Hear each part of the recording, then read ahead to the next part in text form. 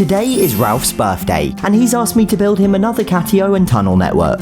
You see, a couple of years ago, I built Ralph and Bella their first catio, and Ralph in particular loves it. So for his birthday, he's asked for wood, cement, screws, paint, wall plugs, wire mesh, and staples, plus gave me a very specific blueprint.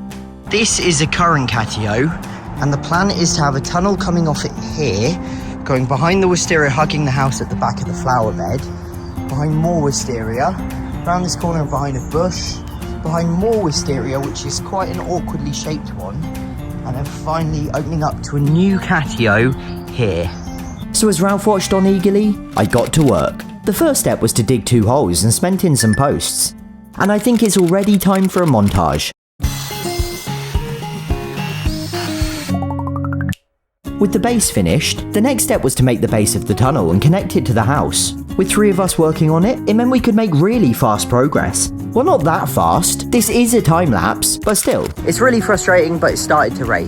That is incredibly annoying. I hate stopping something mid-flow, but what can you expect from the English weather? I sat around impatiently twiddling my thumbs, and when the rain eventually stopped, cut the rest of the baseboards to size. I then painted them and fixed them in place, using kitchen counterlegs for support. The walkway's all in place, and this feels like a really exciting moment. It's the first time I can tangibly see the footprint of the tunnels, and it's only really now I'm acknowledging I'm going to have cat tunnels around my house. That's going to be really, really cool. This is a real dream project. But Ralph was getting impatient. I'm going as quick as I can, Ralph. Wow, looks like it's over to Ralph.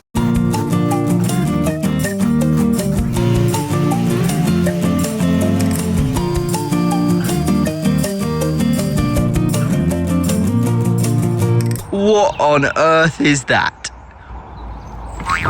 I guess cats aren't very good at building things. Okay, pretend there's a montage here. The catio is now fully built and painted, except for the floor. I built a door, and then the tunnels are also fully built and painted. It's now time for the bit I've been dreading, which is attaching all the mesh. See, the tunnel is about 17 meters long, and the mesh has holes every centimeter, which meant I had to meticulously snip 1,700 bits of wire, and then double that for the roof, plus a ton more for the catio part itself and that roof. Granted, I had help, but by the end my hand was in agony. I think it's going to be stuck in this position for the rest of my life. But then it was done. I can't quite believe it. This project really feels like it's dragged on forever, but it's finally done. I am going to build shelves and a climbing frame in the future, but I definitely need a break for now. Cannot wait to let Ralph out. He's going to love it. He's often quite indifferent to the things I build for him, but I think this is a really safe bet. He's going to spend all his time out here. All I've got to do is let him out, and yeah, it's going to be the perfect birthday present. Also, I forgot to mention that the roofs are all separate panels that can be removed should I need to get inside for any reason. But before we let the cats out, I want to send the robot camera through to get a cat's eye perspective. The picture quality is pretty awful, and my steering is even more awful, but I felt like I was shrunk down to the size of Ralph and Bella. Oops, I crashed it. But seeing this was really cool and really exciting, and gave me a dubious idea. Do you reckon I can get through? You can guess where this is going. I wriggled my way in with all the elegance of a worm, and it was way harder than it looked. I didn't even have enough room to turn, had nothing to grip onto, and didn't even make it fully round the first corner. In the end, Dan had to unscrew the roof and rescue me, which was thoroughly embarrassing. I think I'm going to leave it to the cats. Bella was first outside, for some reason immediately drawn to the tunnel. She sniffed the wood and tested the water with her front paws, before fully climbing in. She's in. And then there was no stopping her, bounding through the tunnel with nothing even close to resembling apprehension. There's no fear at all in her. Seriously, she explored the entire tunnel in a single gleeful trot. But I don't know why I'm surprised. This is the cat who scared off an entire family of foxes after all. She confidently made her way further through the tunnel, as if she already knew the route, and then discovered the window. Now I do intend to build a ramp to make it easier for her, but she wasn't going to let the lack of one get in her way. Well done, Bella, aren't you a brave girl?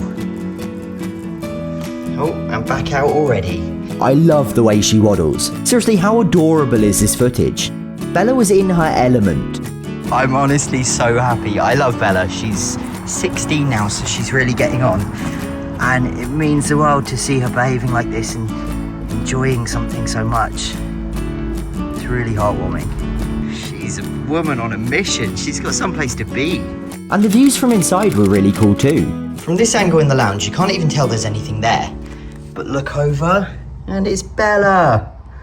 Oh, she really loves it. As Bella explored happily at one end, Ralph had only just taken notice at the other.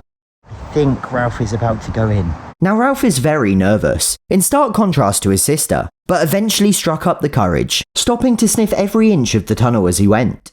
Look how much more cautious he is than Bella. But he didn't even make it a quarter of the way through before hurrying back to the safety of the house. You're too shy. That's okay, you can find it in your own time, Ralph. I think this calls for some night vision cameras. And while we wait, I want to show you Ralph's other presents. See, I asked you to send in birthday cards for him, and he got quite a few. Just look at all this stuff you sent in for Ralph, it's so thoughtful. The floor is completely full of drawings and cards. The walls are covered, all of it's incredible, it was such a joy to open. This wall's covered as well. The desk is full of trinkets and things people have made. Look at that, that's amazing. These cards are incredible. Someone even made some half-sleep crisp bunting for the window. Look at that drawing of Ralph, I love it so much. The sheer thoughtfulness and creativity was mind-blowing. Thank you so much to everyone who sent something in. Ralph felt incredibly loved and so grateful. And let's not forget that if it's Ralph's birthday, it's also Tom's. He would have been 7 today, and I'm certain he would have loved the tunnels himself. Here's to you, buddy.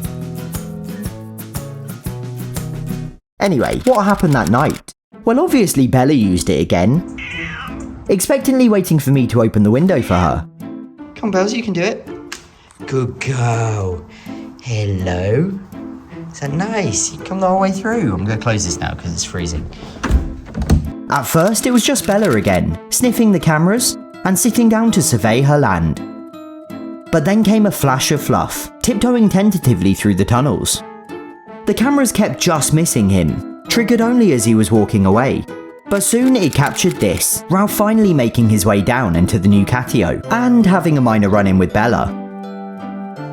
From here, he really took his time to explore, senses working overdrive to catalogue every new sight, smell and sound. It was fascinating to watch. And by early morning, Ralph was fully at home in them, confident and content, and like Bella, enjoying the new views of his sprawling kingdom. Look at that fluffy tail. The next day, they were both out again, slinking round and bathing in the last of the summer sun. I also had the window flip so it opens the other way. Good morning, everyone. Which should make everything easier when I eventually build some climbing shelves. Anyway, I think it's safe to call the tunnels a hit. So happy birthday, Ralph, and here's to many more.